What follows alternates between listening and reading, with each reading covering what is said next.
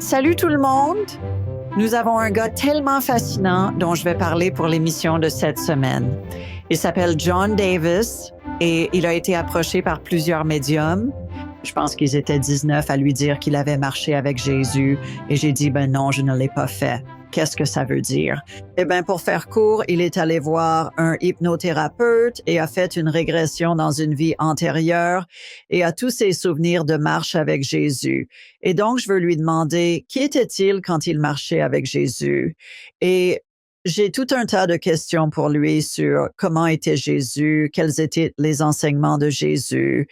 Bien sûr, je veux en savoir plus sur les guérisons et comment il a pu prendre ces informations qu'il a apprises et vraiment les intégrer dans sa vie et ses enseignements. Alors, découvrons qui il était quand il marchait avec Jésus. L'impression que j'ai de ce gars, c'est qu'il est légitime. Voyez ce que vous en pensez et parlons à John Davis pour voir ce qu'il a à dire. N'oubliez pas de vous abonner et de liker et de commenter. J'aimerais entendre vos pensées sur John et sur notre conversation. Et n'oubliez pas de partager avec votre famille et vos amis. Alors parlons à John. John, bienvenue à l'émission. Je suis ravie de vous avoir. J'attends avec impatience notre conversation. Eh bien, merci de m'avoir invité, Julie. Je suis vraiment excité de parler avec vous aussi. Je pense qu'on va bien s'amuser. Avant de commencer l'enregistrement, nous avons découvert que quand j'étais petite, je vivais dans la banlieue à côté de celle où John vit maintenant, donc nous avons ça en commun. Il est temps. Nous avons probablement fait nos courses dans les mêmes lieux. Et magasins, probablement. J'avais 10 ans quand nous sommes partis, donc peut-être pas. Votre mère et moi faisons probablement nos courses dans les mêmes endroits. Exactement. Eh bien, entrons dans le vif du sujet. J'ai beaucoup de questions. Alors, comment votre voyage spirituel a-t-il commencé? Oh, mon voyage spirituel est une sorte d'histoire compliquée, mais je vais essayer de la garder courte pour vous. Je m'étais élevé dans une très grande famille catholique. 7 enfants. Ma mère ici présente, cette belle dame, avait sa maîtrise en liturgie et était responsable de la doctrine liturgique dans notre Église catholique. Et, en gros, si vous ne savez pas ce que cela signifie que lorsque le prêtre voulait faire un sermon, il devait le soumettre à ma mère. Oui, peut-être que nous étions catholiques. D'accord. Et au fil du temps, j'ai eu 18 ans. Ma mère m'a littéralement dit, « John, la spiritualité est un voyage personnel. Tu dois trouver ce en quoi tu crois. » Et j'ai fait des recherches et je suis allé étudier le bouddhisme et l'hindouisme et le jaïnisme et le bahaïsme et la Wicca et Wayne Dyer et Deepak Chopra. Vous savez, tous les grands noms. Et je m'étais vraiment installé dans le fait d'être agnostique, mais en ayant toujours toute ma culpabilité catholique, sous-jacente aussi. Eh bien, je faisais aussi des spectacles dans des festivals de la Renaissance à l'époque. Je faisais un spectacle de combat à l'épée comique appelé Hack and Slash et je me produisais dans un festival de la Renaissance en Ontario et la veille du spectacle, nous étions tous assis chez un ami et avions une sorte de rassemblement, une sorte de fête. Et cette femme n'arrêtait pas de me fixer de l'autre côté de la pièce. Et elle continuait à me regarder et je me disais, c'est un peu étrange parce que je sais que c'est son mari assis juste à côté d'elle. Finalement, elle se lève, elle s'approche de moi, elle dit, « Vous savez, vous avez marché avec Jésus. » Et j'étais comme l'expérience la plus étrange de ma vie. Parce que j'ai dit, oui, je l'ai fait.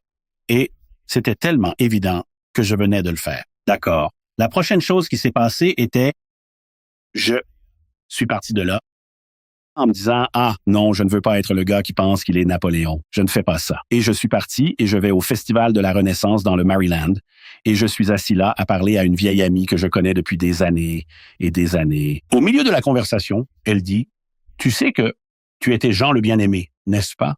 De nulle part, je n'avais aucune idée. Jean le Bien-Aimé, c'est Jean-Baptiste, n'est-ce pas? Non. Oh, c'est différent. Non, Jean-Baptiste était avant Jésus. Désolé, c'était avant Jésus. Et Jean le Bien-Aimé a marché. Oh, donc il était l'un des apôtres. L'un des apôtres, compris. En fait, c'est le seul apôtre qui a vécu jusqu'à un âge avancé et c'est le seul apôtre qui l'a vu sur la croix. Alors, était-il le frère de Jésus? Était-il le frère de Jésus? Non. Parmi les 12, il y avait 2 Jacques, et l'un des Jacques était son frère. D'accord, oui. Et il avait 3 frères, et, je crois, 2 sœurs, selon les choses bibliques. Mais je ne connais que l'un de ma mémoire. Mais je vais vous en parler dans un instant. Donc, pour faire court, j'ai eu 19 médiums différents qui sont venus spontanément me parler de ça. Et j'étais vraiment dans le déni. Je ne voulais pas faire ça. Je n'allais pas être ça. Et un jour, j'ai dit, dis-le-moi directement. Ne fais pas dire ça par quelqu'un d'autre. Dis-le-moi directement. Je veux un signe. Et un de mes amis entre, il me lance un livre. Il dit, regarde ça. Ça s'appelait Edgar Cayce sur le millénaire. Et c'est un petit livre de poche sur ce qui va se passer pendant le millénaire. C'est il y a longtemps. Et je commence à le lire. J'arrive à la page 32 et soudain, il est écrit « Jean le bien-aimé sera à nouveau nommé Jean ». En 1938, Edgar Cayce a dit ça. Alors j'étais comme « D'accord, maintenant c'est aussi un médium. Je vais trouver un hypnothérapeute certifié et je vais faire une régression dans une vie antérieure pour voir si je peux juste effacer ça et m'en débarrasser. » Alors je vais voir un régressionniste, je trouve un excellent hypnothérapeute, c'est important de trouver un bon, vrai hypnothérapeute. Pas un hypnotiseur, mais un hypnothérapeute. Il y a une différence et j'ai fini par aller faire cette régression et je me suis souvenu de la vie de Jonathan le bien-aimé. Je me souviens d'avoir rencontré ce gars que j'appelle Jeshua Ben Joseph. J'ai pensé en l'an 2000, environ 6 mois après ma régression. Je me marchais avec lui. Je me suis souvenu. C'était incroyable. J'étais là sur la plage dans la régression. J'ai regardé et les gens couraient sur la plage et je me suis approché de cette foule et alors que la foule s'écartait, je me suis frayé un chemin. Et en avançant à travers cette foule, je pouvais sentir cette juste présence, cette présence aimante et vous m'entendez dans la régression, je perds mon souffle parce que je suis comme « Oh mon Dieu, vous pouvez les sentir. Vous pouvez les sentir. » Et je le disais vraiment à haute voix. Vous pouvez les sentir. Et il me regarde et il sourit et comme s'il m'avait connu toute sa vie. Et il s'est approché, il a levé la main, il l'a posée sur ma poitrine et j'ai eu ce que beaucoup de gens appelleraient une expérience de mort imminente. À l'intérieur de ma régression dans une vie antérieure, c'était comme si John avait quitté l'illusion physique et était entré dans l'unité de Dieu et avait ressenti toute cette expérience. Et mon hypnothérapeute certifié était vraiment confus. Et elle dit, « Es-tu avec lui ou es-tu lui? » Et ma réponse était, « Je suis en lui. » Et c'était juste cette expression d'unité incroyable.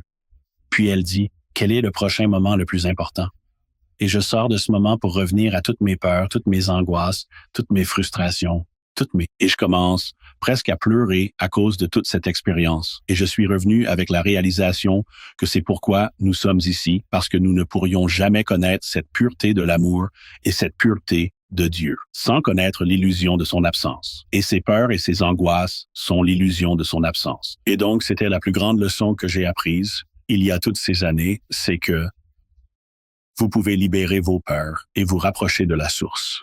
Et donc, ça a été le voyage éternel jusqu'à présent. J'ai fini par parler dans tout le pays. Un livre a été écrit sur moi il y a longtemps et j'ai constaté que les gens étaient trop intéressés par mon histoire de vie antérieure, mais ils n'entendaient pas ce que j'enseignais. Et donc, j'ai quitté le travail spirituel pendant environ 10 ans. Mais ce que j'ai fait, c'est que j'ai pris toutes les leçons que j'avais apprises et j'ai changé le vocabulaire. Et je suis entré dans le monde de l'entreprise et j'ai commencé à enseigner les leçons sans l'histoire de la réincarnation. Et les gens changeaient de vie. C'était incroyable. Puis nous avons eu cette chose magique appelée COVID qui, en tant que conférencier motivateur, a fait disparaître cette carrière rapidement. J'ai fini par revenir au travail spirituel il y a 2 ans et j'ai retrouvé ma passion pour ça.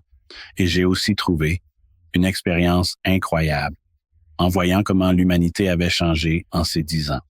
Parce que tout le monde est passé de cet endroit superficiel à maintenant être dans l'espace de vraiment s'autonomiser. Et je trouve ça juste magnifique ce que j'ai retrouvé. Et je suis devenu vraiment passionné par le travail. Et en 2 ans, j'ai créé une chaîne YouTube qui compte maintenant plus de 1100 vidéos. Et j'adore ce que je fais. Et je fais ces sessions privées où je peux aider les gens à atteindre ce moment d'autonomisation. C'est juste magnifique. Voilà donc mon grand voyage. Oh mon Dieu, d'accord. Plein de questions. Déballons un peu tout ça. Évidemment, vous étiez guidé avec tous ces médiums qui disaient « Hey, John, saviez-vous? » Et ce n'est pas un hasard que vous ayez 19 personnes qui viennent vous voir et disent essentiellement la même chose. Même en regardant dans le livre, c'était un signe. Comment les gens peuvent-ils savoir qu'ils sont guidés? Eh bien, ça revient vraiment à ce moment où elle a dit que vous avez marché avec Jésus. Et j'ai dit oui, je l'ai fait. Nous venons tous avec notre discernement naturel. Nous venons tous avec notre sentiment de vérité. Ma mère disait que la spiritualité est un voyage personnel, donc chacun doit trouver sa vérité. Certaines personnes iront vers la voie chrétienne, certaines personnes iront vers la voie musulmane, certaines personnes iront vers les différentes voies. Mais s'ils trouvent l'amour en elles, alors elles ont trouvé Dieu. Vous savez, il y a beaucoup, comme dit la Bible, dans la maison de mon Père, il y a beaucoup de demeures. Cela signifie simplement que Dieu est trop grand pour être englobé par une seule religion. Mais vous devez juste vous rappeler que Dieu est amour. Et si vous trouvez une vie aimante, un monde aimant, alors vous avez trouvé cette source. Donc, la vraie façon pour eux de le savoir est juste revenir au sentiment. Parce que dans la Bible, l'histoire d'Adam et Ève est une histoire si intéressante. Mais quand vous la décomposez en la morale de cette histoire, ils ont mangé de l'arbre de la connaissance, ils ont été expulsés du paradis, ils sont entrés dans leur tête et sortis de leur cœur. Et ce sentiment est là où se trouve le discernement. Et donc, c'est une question de revenir à ce discernement et de dire, oui, ça semble juste. C'est ce que vous savez. Je vais suivre ça parce que ça semble juste. Et aussi, quand ça ne semble pas juste, comprendre que c'est la communication de Dieu. Dieu nous parle en sentiment, pas en pensée. Donc, quand ça ne semble pas juste, c'est Dieu qui dit, ce n'est pas pour toi. Et vous dites, oh, d'accord, alors je fais quelque chose de différent. Et nous avons toujours le choix. Je pense que tu es mon jumeau siamois séparé à la naissance. Parce que je dis la même chose. Je dis tout pareil. Je dis tout pareil. Et je crois que nous avons tous cette capacité intuitive quand nous naissons. Ça fait partie de notre package logiciel avec lequel tout le monde naît. Et j'enseigne toujours aussi, John, que quand vous entendez quelque chose ou que vous lisez quelque chose, ou même que vous dites quelque chose et que vous avez des frissons, c'est Dieu qui dit, c'est l'Esprit de Dieu, peu importe comment vous voulez l'appeler, qui dit, faites attention, c'est vrai. Absolument. Je me souviens, j'ai dit, être ici, c'est expérimenter l'absence d'amour à travers l'illusion de la peur, n'est-ce pas? Bouddha a dit que le secret de l'illumination est l'éradication de la peur. Ça revient à réaliser que la peur est une illusion. Et ce qu'elle est vraiment, c'est une incertitude focalisée négativement. Parce que la peur est une réaction émotionnelle à un événement futur qui peut ou non se produire, avec un focus sur un résultat négatif. Si nous étions concentrés sur un résultat positif, nous n'aurions pas peur. Alors quand vous revenez à cette simple citation biblique, « Soyez tranquilles et sachez que je suis Dieu », c'est dans ce calme que vous n'avez pas peur. Mais une des choses intéressantes à propos de la peur, c'est que quand nous sommes dans un état de peur, nous retenons l'air dans notre corps. Chaque parent qui écoute en ce moment se souvient du moment où leur tout petit traversait le salon. Ils ont glissé, ils sont tombés, ils ont presque frappé leur tête sur la table. N'est-ce pas? Cette mère a fait et a aspiré de l'air, n'est-ce pas? Elle a littéralement eu la réaction primale à la peur, où elle a aspiré de l'air dans ses poumons, donc elle avait une réserve pour courir vite. C'est de ça qu'il s'agit, n'est-ce pas? Alors, quand vous regardez les enseignements de Bouddha, les méditations, vous respirez. Ils appellent ça le souffle de Dieu. Dans le christianisme, quand nous expirons, nous libérons nos peurs de notre corps. Nous revenons à cet état neutre où nous pouvons être tranquilles et savoir que je suis Dieu. Et ça revient à cet espace où vous laissez aller cette peur et l'anxiété et revenez à cet espace et choisissez cet état aussi. Bon point. J'ai souvent des gens qui me demandent à propos d'un événement futur, eh bien, qu'est-ce qui va se passer? Vais-je obtenir le travail? Vais-je épouser cette personne? Peu importe. Et je dis toujours, je peux vous donner ce que je reçois à ce moment précis. J'adore qu'il y ait 50 milliards de variables qui affecteront le résultat. Et tout ce que je peux vous donner, c'est ce qui se passe à ce moment précis. Alors, prenez-le avec un grain de sel. J'adore que vous disiez ça parce que c'est exactement ce que je crois. Nous lisons le potentiel du moment. Et à la fin, c'est vraiment un choix. Vous pouvez tout changer. Je parlais à un homme hier pour qui j'ai fait une session privée. Oh mon Dieu. Facilement 6, 7 mois auparavant et il souffrait de Parkinson et il avait vraiment du mal à se mouvoir et tout le reste. Mais il avait ce problème avec un bateau qu'il essayait de vendre et il ne voyait pas comment cela pourrait se résoudre. Je lui parlais Je lui ai dit, que se passe-t-il si tu changes ta croyance, que ça ne marche pas pour quelque chose d'un peu plus comme je trouve joyeusement un acheteur et je vais vendre ce bateau de la meilleure manière pour tous les concernés. Et j'ai commencé à lui dire, je lui ai dit, c'est comme ça que cette croyance du moment présent dont tu parles, tu changes cette croyance du moment présent, tu vas changer ton expérience. Je lui ai reparlé hier. Il était stupéfait parce qu'une fois qu'il a changé sa croyance, non seulement il a trouvé un acheteur, mais la compagnie d'assurance lui a donné le double de ce qu'il avait payé pour le bateau. Il a pu ensuite vendre le bateau pour 10 000 $ et gagner encore plus d'argent. Et les gens qui ont acheté le bateau, il était en Alaska. Les gens qui ont acheté le bateau sont venus et ont navigué chez eux et ils ont traversé la baie d'Alaska ou quelque chose comme ça. Une grande baie qui est toujours agitée et a toujours des mers très agitées. Quand ils ont navigué là-bas, il n'y avait pas de vagues. Et c'était comme le résultat parfait pour tous les concernés. Il était juste stupéfait. Et tout le temps qu'il me racontait l'histoire hier, je ne voyais aucun symptôme de Parkinson. Il parlait comme s'il était juste un gars normal et tout allait bien. Et tu sais, il était arrivé à cet espace où il avait réalisé que, tu sais, il peut demander, croire et recevoir. Eh bien, dans cette optique, je dis toujours que nos pensées créent notre réalité, ce qui est vrai. Juste hier aussi, je parlais avec un client lors d'une session privée qui a été percuté par un train. Sa voiture s'est arrêtée sur les rails. Je me dis, qu'est-ce que c'est, comme dans un film muet ou quelque chose? Sa voiture s'est arrêtée sur les rails. Elle n'a pas pu sortir de la voiture assez vite. Et donc, elle a dit, je me souviens juste avant que le train ne me percute, j'ai pensé à moi-même, je vais m'en sortir. Je n'aurai aucune blessure. Tout ira bien. Eh bien, le train l'a percuté, l'a poussé sur une longue distance car le train essayait de s'arrêter. Mais il faut du temps pour que tout cet élan s'arrête. Quand je l'ai scanné, je suis comme un IRM humain, John. Et quand je l'ai scanné, tout le côté droit de son corps ressemblait à des éclats d'os, à l'intérieur de plâtre ou d'une sorte de ciment.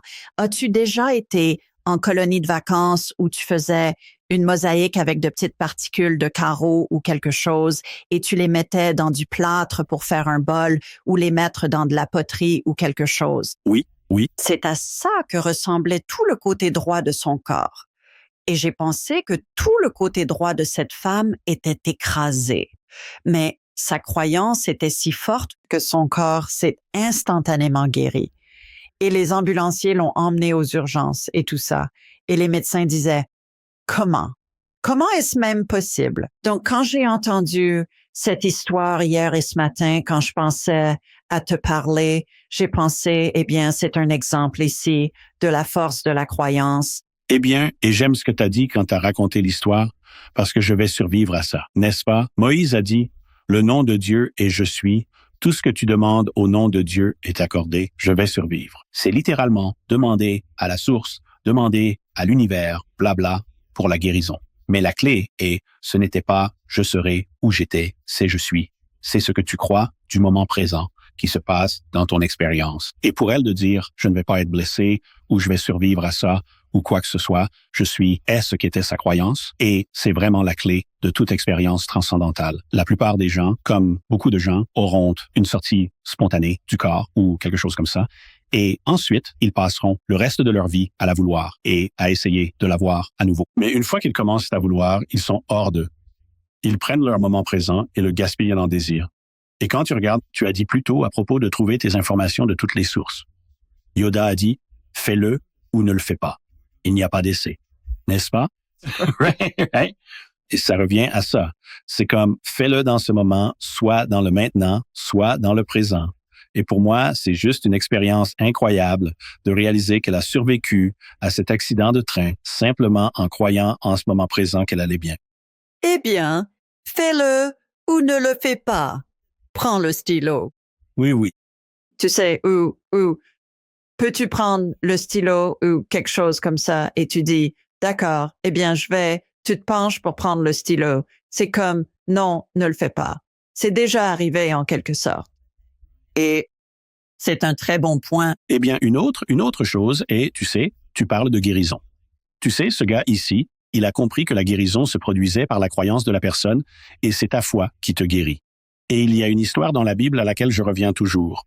C'est l'homme qui est né aveugle. Maintenant, dans cette histoire, Joshua a ramassé de la terre, il a craché dessus, il a fait de la boue, il l'a appliqué sur les yeux de cet homme et ils l'ont lavé et un homme pouvait voir. Oui, il n'y a nulle part ailleurs dans la Bible, dans les textes gnostiques et les tests coptes, dans le Coran, dans le Bhagavad Gita, où quelqu'un a ramassé de la boue et l'a utilisé comme outil de guérison. Mais cet homme aveugle, qui est né aveugle, ne connaît pas le monde visuel. Il ne connaît que la sensation tactile. Donc, Joshua, mettant de la boue sur ses yeux, a donné à cet homme quelque chose en quoi avoir foi. Et donc, il a fait la guérison par ta foi. Maintenant, j'ai eu un moment une fois au Canada où j'étais là-bas pour des sessions privées et il y a eu un coup à une porte latérale et une femme est entrée avec un gonflement sur le côté de son visage, de la taille d'un pamplemousse, et les dents poussaient entre ses lèvres à cause de l'infection dans sa mâchoire. Et elle entre. Je suis comme, pourquoi ne viens-tu pas? Alors nous nous sommes assis. J'ai dit, quelle est ta foi? Alors je lui ai d'abord demandé ça. Quelle est ta foi? En quoi crois-tu? Elle a dit, je suis chrétienne. J'ai dit, d'accord. Maintenant, dans ma tête, je me dis, je peux parler ce langage, n'est-ce pas? À cause de mon passé, n'est-ce pas? Alors j'ai dit, donc dans la Bible, il est dit, tout ce que tu demandes, Dieu l'accorde. Crois-tu cela? Elle dit, oui. J'ai dit, d'accord. Alors pourquoi ne le fais-tu pas? Et je demande juste. Elle a dit, d'accord. Que dirais-tu de quelque chose comme, merci Dieu pour les dents parfaites que je reçois? Amen. Elle dit, c'est bien. Je dis, oui, faisons ça. Prêt? Merci Dieu pour les dents parfaites que je reçois.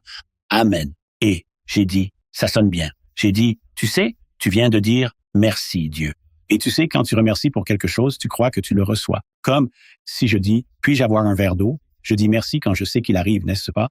Alors tu as dit, merci Dieu pour les dents parfaites. Puis tu as dit, je reçois, ce qui signifie que tu viens d'utiliser le nom de Dieu pour dire que tu reçois des dents parfaites. Tu l'as remercié pour ça. Et puis le dernier mot que tu as dit était Amen, ce qui signifie ainsi soit-il, ce qui signifie ici et maintenant, c'est fait. Qu'est-ce que cela signifie? Elle dit, je suis guérie. Son gonflement avait disparu. Son gonflement avait disparu. Oui, maintenant, voici l'intéressant. Si elle était entrée dans cette pièce et que j'avais dit, quelle est ta foi? Et elle avait dit, je suis bouddhiste. J'aurais dit, tu sais, Bouddha dit, ce que tu penses, tu deviens, tu crées ton monde. Et j'aurais suivi une voie bouddhiste ou une voie hindoue. J'aurais suivi n'importe quelle voie nécessaire pour l'amener à la foi. Et cela revient vraiment à, tu sais, Dieu est trop grand pour être englobé par une seule religion, mais c'est la foi qui te guérit. Bien. Et l'effet placebo fonctionne vraiment. Absolument, absolument. En tant qu'inventeur, c'est un excellent exemple de cela. Oui, en tant qu'inventeur de dispositifs chirurgicaux, j'avais besoin de faire approuver tous mes dispositifs par la FDA ou l'organisme de réglementation correspondant dans chaque pays où nous vendions. Et nous ne sommes pas comme les médicaments avec les produits, mais je sais que les entreprises pharmaceutiques, je crois que c'est 52% de tous les essais cliniques de médicaments, que 52% est l'effet placebo normal, et c'est bien plus grand que l'efficacité du médicament qu'ils testent. Je n'avais aucune idée, mais c'est génial, j'adore ça. Oui, j'adore ça. Je veux dire, je dois vérifier cette statistique, mais je crois que c'est plus de 50%, 52%. Ça reste dans ma tête. Je veux parler plus de guérison dans une seconde. D'abord, je veux savoir quelle réaction ta famille et tes amis ont eue quand tu leur as parlé de ta régression et que tu étais Jean le bien-aimé dans une vie antérieure.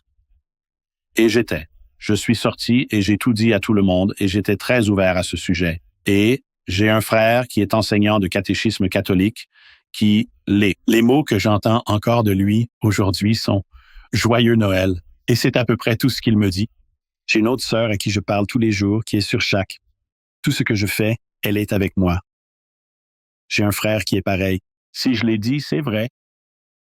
J'ai une autre sœur qui est un peu différente. Elle est mathématicienne et donc elle observe et analyse. Donc vraiment, c'est ça.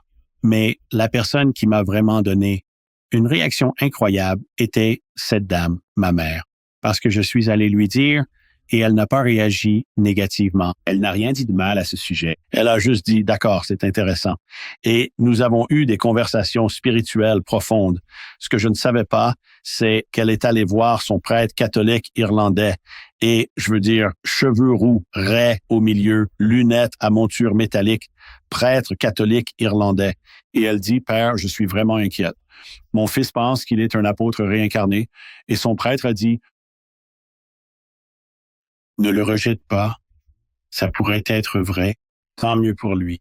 Tant mieux pour lui. Donc, quand ma mère est décédée, nous vidions sa maison et nous sommes allés dans son classeur. Elle avait un dossier d'environ cette épaisseur, de témoignages de personnes sur le travail avec moi et les guérisons qu'elles ont créées dans leur vie en prenant leur foi.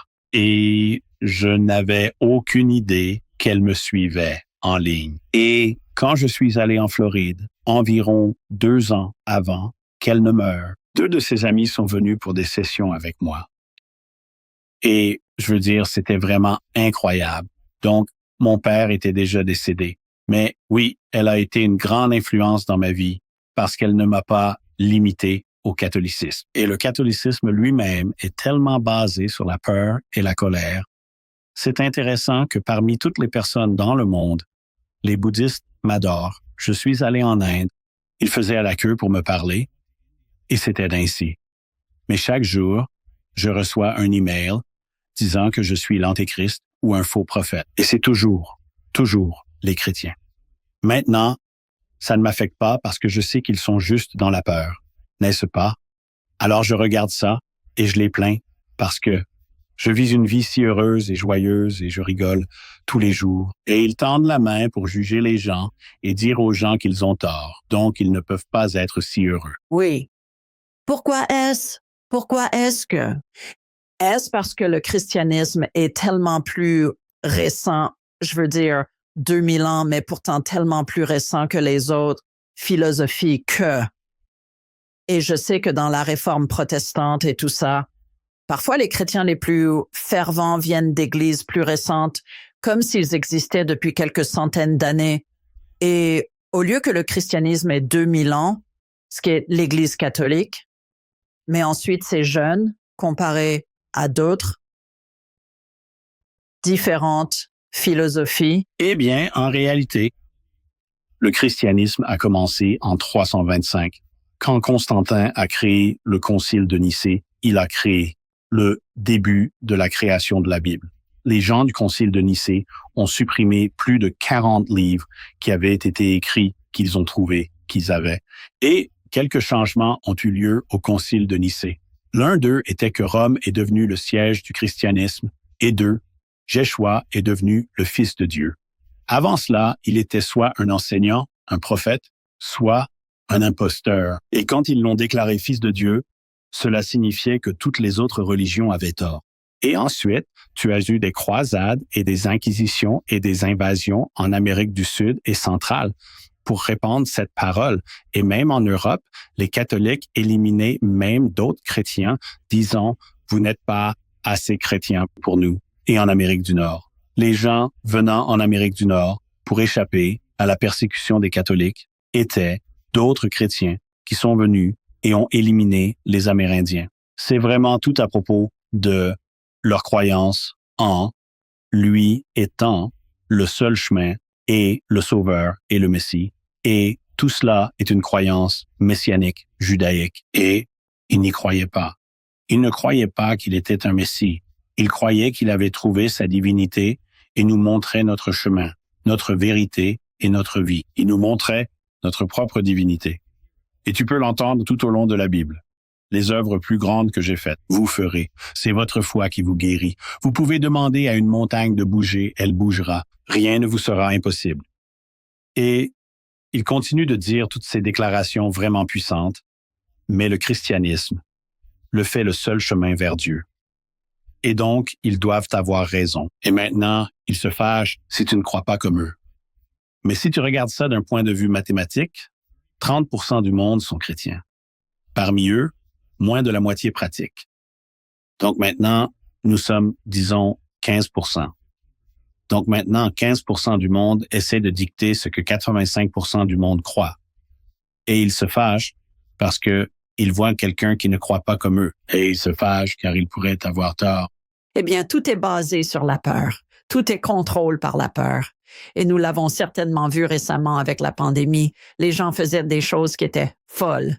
Je connaissais des gens qui lavaient leur sac en plastique de l'épicerie quand ils rentraient chez eux avant de les poser sur leur plan de travail. Allez, vraiment juste. Mais la peur est le moyen le plus puissant d'aider les gens. Ça l'est vraiment. Et Cette leçon apprise dans ma régression était que sans peur, tu ne pourrais pas connaître l'amour. Quand je vois la peur comme l'opposé, en science, tu as besoin d'une référence pour mesurer. La meilleure analogie que j'ai jamais entendue était Kim Carey, d'un point de vue intuitif. Elle et moi parlions une fois et elle a dit, imagine que tu es dans une pièce faite de blanc pur. Et tout est blanc, et tu es blanc, et tout est juste blanc pur, et tu ne vois rien d'autre. Et pourrais-tu décrire le blanc? Pourrais-tu savoir ce qu'est le blanc sans connaître l'opposé ou savoir que c'est quelque chose contre lequel se contraster? Et la peur est exactement cela. C'est l'opposé ou l'absence de l'amour. Mais quand tu expires, quand tu reviens à cet espace neutre, tu découvres très vite que l'amour est ta nature et la peur est le choix. Et tu reviens à cet endroit et tu te dis, je choisis d'être joyeux, je choisis d'être aimant, je choisis d'être attentionné. Et ton monde change radicalement quand tu choisis d'être le créateur de ton expérience, plutôt que la victime de ton expérience. Exactement. Et de plus, nous avons besoin du contraste pour créer quand nous savons ce que nous ne voulons pas. Cela nous aide à créer ce que nous voulons. Et donc, je dis toujours aux gens, et tu as abordé cela plus tôt, pour revenir à ton point, ce n'est pas ce que nous pensons, c'est ce que nous ressentons. Nos sentiments sont un GPS interne que nous avons à la naissance et tout au long de notre vie. Et ce que j'enseigne, c'est que quand quelque chose se sent mal, c'est basé sur la peur. Mais tu dois comprendre, est-ce une peur rationnelle? Dois-tu sortir de la route avant que le camion ne te renverse? Ou est-ce une peur irrationnelle basée sur une croyance limitante qui sont toutes deux fausses? Et c'est 99% de cela. 99,9% de cela. Et une fois que nous comprenons, est-ce une vraie peur? Est-ce une fausse peur? Alors cela diminue suffisamment la peur. Cela peut nous garder hors du combat ou de la fuite, où nous perdons de la clarté quand nous sommes en combat ou en fuite. Et nous commençons à utiliser notre imagination pour envisager toutes ces choses que nous ne voulons pas qu'elles se produisent. Et donc, tout tourne autour de la peur et de l'amour et de cette dichotomie entre les deux. Et tu viens de toucher une autre citation de Star Wars. Yoda a littéralement dit « Nommer doivent être vos peurs, avant de les bannir, vous pouvez. » Voilà. Nommer doivent être vos peurs, avant de les bannir, vous pouvez. Et cela revient vraiment à cette expérience de simplement dire « Oui, je peux faire ça, je libère cela. » Mais tu dois le voir pour le libérer et savoir que tu peux faire ce changement.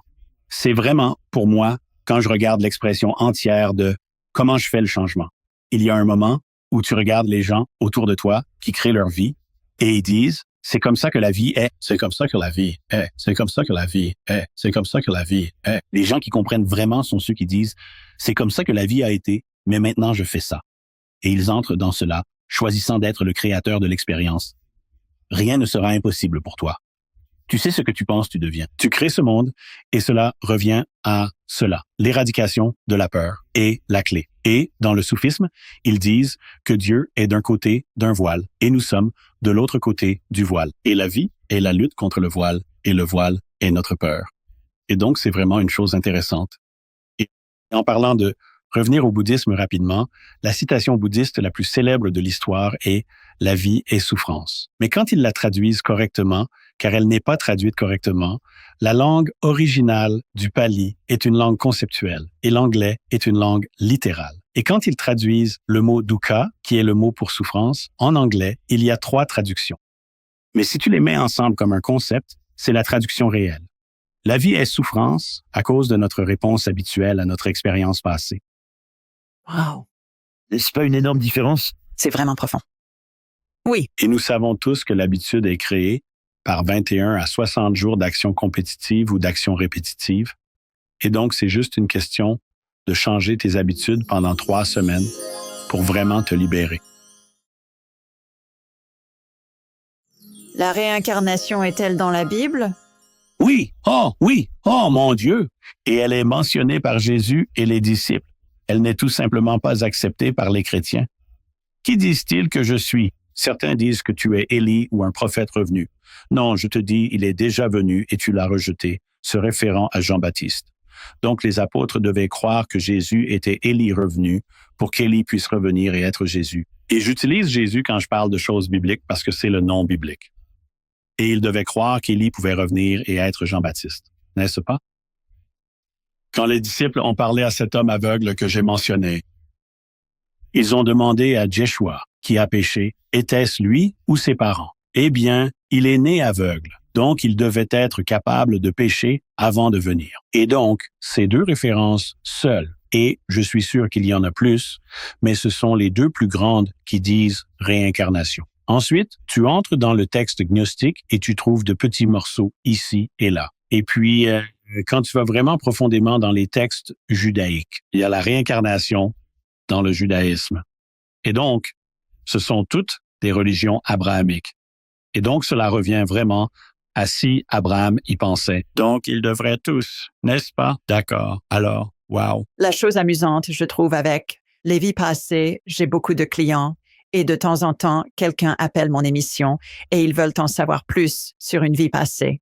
Ils sont tellement amusants, John, parce que souvent, nous pouvons trouver, et je n'hypnotise pas, je fais ce que j'appelle un scan de vie passée, où nous posons une question et ensuite, cela va directement à la vie qui concerne cette question. Et j'obtiens la date et l'heure et où c'était. Et c'est comme si j'entrais dans une scène de film. Et nous regardons cela. Je décris ce que je vois et ensuite nous le corrélons avec ce qui se passe dans leur vie actuelle. Mais souvent, nous obtenons des informations que nous pouvons valider avec des informations historiques en ligne. Et je sais, tu as fait beaucoup de cela aussi avec ta vie passée avec Jésus où tu as pu corroborer beaucoup des choses que tu as vues que tu ne savais pas être une chose. Parle-nous de quelques-unes d'entre elles. Quand je suis arrivé pour la première fois dans ma régression, j'ai regardé. C'était drôle parce que quand je suis entré dans cette régression, j'étais encore dans cet endroit de ne pas vouloir être ce gars-là. Et j'ai baissé les yeux et j'ai vu des jambes nues et des bras nus. Et j'étais comme, eh bien, évidemment pas un apôtre. Il portait toujours des robes, n'est-ce pas? Puis j'ai découvert ce qu'il portait. C'était un manteau de pêcheur. C'est un maillot de bain, une pièce galiléen. Tu sais, tu sors sur le lac si tu tombes. En portant tes robes, tu te noies. D'accord. Ensuite, j'ai trouvé une référence dans la Bible.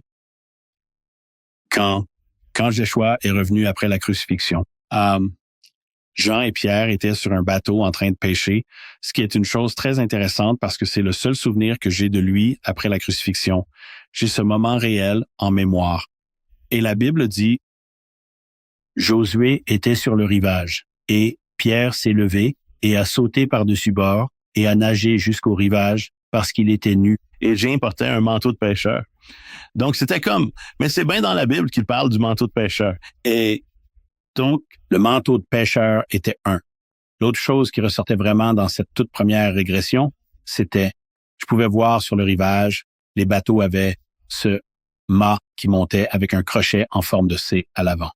Et je n'avais jamais vu ça. Tu sais, au début, quand je suis venu, j'ai d'abord pensé que c'était comme un bateau viking. Mais ensuite, j'ai réalisé que ce n'était pas ça. Ça avait l'air plus utilitaire. Et puis, j'ai commencé à faire des recherches sur les bateaux de pêche de l'époque. Et beaucoup d'entre eux avaient cette chose qui montait et tenait comme ça. Et ce qu'ils faisaient, c'est qu'ils jetaient leur filet sur le côté du bateau, tiraient les cordes autour de cette forme en C et tiraient de cette façon pour que le filet remonte à côté du bateau pour qu'ils puissent me le tirer. Donc, c'était comme une poulie sans roue, mais je n'avais jamais vu ça avant. Et donc, ce sont juste quelques-uns des simples que j'ai vus. Maintenant, certaines des choses qui étaient vraiment étranges pour moi étaient, et cela va être, controversé. Je me souviens d'avoir connu sa femme et c'était énorme. Et la raison pour laquelle je sais que c'était sa femme, c'est parce qu'il l'appelait Ishti, ce qui en araméen et en hébreu signifie femme. Donc cela signifie littéralement ce mot. Et c'était très intéressant parce que ils étaient juste passionnément amoureux et ils étaient en train de se câliner. Et tu sais, ils riaient et rigolaient et je suis en fait en train de commencer une peinture des deux ensemble en train de rire, juste parce que cette chose a l'air un peu. Était-ce celle que nous connaissons sous le nom de Marie-Madeleine? Oui, elle est l'un de mes guides spirituels. Revenons à la réincarnation un instant parce que Marie-Madeleine est une chose très intéressante. Même si j'ai ces souvenirs, je ne sais toujours pas ce qu'est vraiment la réincarnation parce que j'ai rencontré plusieurs personnes qui pensent qu'elles sont Jean et j'ai rencontré plusieurs Pierre et Paul et j'ai rencontré plus de 30 femmes qui pensent qu'elles sont Marie-Madeleine. Donc, je ne sais pas si je suis. Et d'abord, permettez-moi de dire que ce serait hypocrite de ma part de dire qu'elles ont tort. D'accord. Donc, je ne sais pas si les gens se connectent à l'unité de Dieu, s'ils sont juste une âme voyageant de vie en vie, ou si les âmes se divisent et se séparent. Tu sais, je ne sais pas vraiment ce que c'est. Ce que je sais, c'est ceci. Peu importe qui tu étais. Ce qui compte, c'est qui tu es parce que c'est le moment présent où tu es conscient. Et donc, je suis reconnaissant pour les leçons que j'ai apprises. Mais si tu regardes mon site web et même ma chaîne YouTube, elle s'appelle John of New, pas John of Old. Oui, eh bien, la réincarnation, je pense que tous ces différents exemples que tu as mentionnés sont tous faisables. Savons-nous avec certitude? Non. Sont-ils faisables? Oui. Je crois les réincarnations, mais je veux dire, j'en ai fait des milliers. Je les appelle des scans de vie passée, où nous obtenons des informations, comme je l'ai mentionné. Nous les corroborons avec des données en ligne, des données historiques. Et la chose intéressante que je veux toujours dire, tu ne peux pas inventer ces choses. Tout d'abord. D'accord, non, totalement. Deux autres points sont, je crois que nos têtes sont de grandes antennes paraboliques et qu'elles reçoivent et transmettent des fréquences. Chaque esprit a une fréquence qu'il garde tout au long de ses vies. Alors, à qui veux-tu parler? Tu veux parler à Elvis? Tu penses à Elvis? Tu es connecté à la fréquence d'Elvis. Et cela ouvre, faute de meilleure comparaison, une radio bidirectionnelle où tu peux communiquer avec l'esprit d'Elvis. Précisément. De plus, si tu es dans l'unité de Dieu. Dans l'hindouisme, ils appellent la conscience de Dieu le Sit, et nous sommes le Sit, Sat, Ki, les étincelles individuelles de conscience au sein du seul Dieu. Et quand tu te concentres sur quelqu'un qui est passé de l'autre côté ou quelque chose, tu te connectes. J'écris un livre en ce moment, appelé Le Guide de la spiritualité pour les catholiques en rétablissement. Et quand j'écris ce livre, je pense beaucoup à ma mère. Et je ressens littéralement son petit sens de l'humour sarcastique, rire des choses, pendant que j'écris ce livre. Et pour moi, c'est une telle joie, parce que ma mère est là en train de rire avec moi, et c'est merveilleux. Eh bien, je suis catholique de credo, 12 ans d'école catholique, maintenant catholique de cafétéria. Je vais à la messe la plupart des week-ends. Je prends ce qui résonne avec moi, je laisse le reste. Et je crois que les catholiques font un bon travail pour nous inculquer quand nous sommes petits-enfants à propos des saints et des anges et l'existence d'autres êtres que nous ne sommes pas. Cela ne se termine pas simplement quand nous mourrons.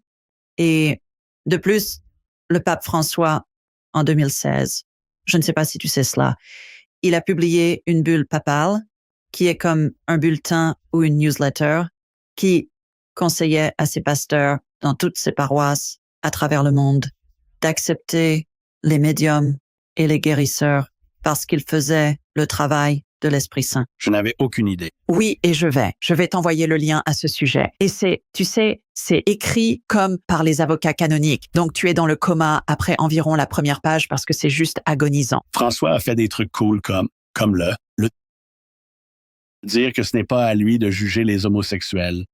Tu sais, il n'a pas encore dit que c'est bien, mais il a levé le jugement sur eux, ce que j'ai trouvé intéressant. Mais les églises catholiques, à cause de cette analyse légale, elles sont très lentes à faire les choses correctement. Et c'est comme en 1986, Ferris Bueller's Day Off était dans les cinémas et Big Trouble in Little China. Et c'était l'année où Galilée a été pardonné pour que le monde ne soit pas plat. D'accord. Et François, dans la dernière décennie, a présenté des excuses à l'Amérique du Sud et centrale pour ce que les conquistadors ont fait dans les années 1500. Et donc, ils font des changements. C'est juste. Difficile de tourner un navire. Exactement. Mais revenons à ma paroisse à Birmingham, Alabama. Birmingham, Alabama. Ils donnent un exemplaire de mon livre, Angélique. Ce qui se passe vraiment lorsque nous passons de cette vie à la suivante à chaque famille qui vient pour planifier des funérailles. Et il y a beaucoup d'églises et de synagogues à travers le pays qui font de même.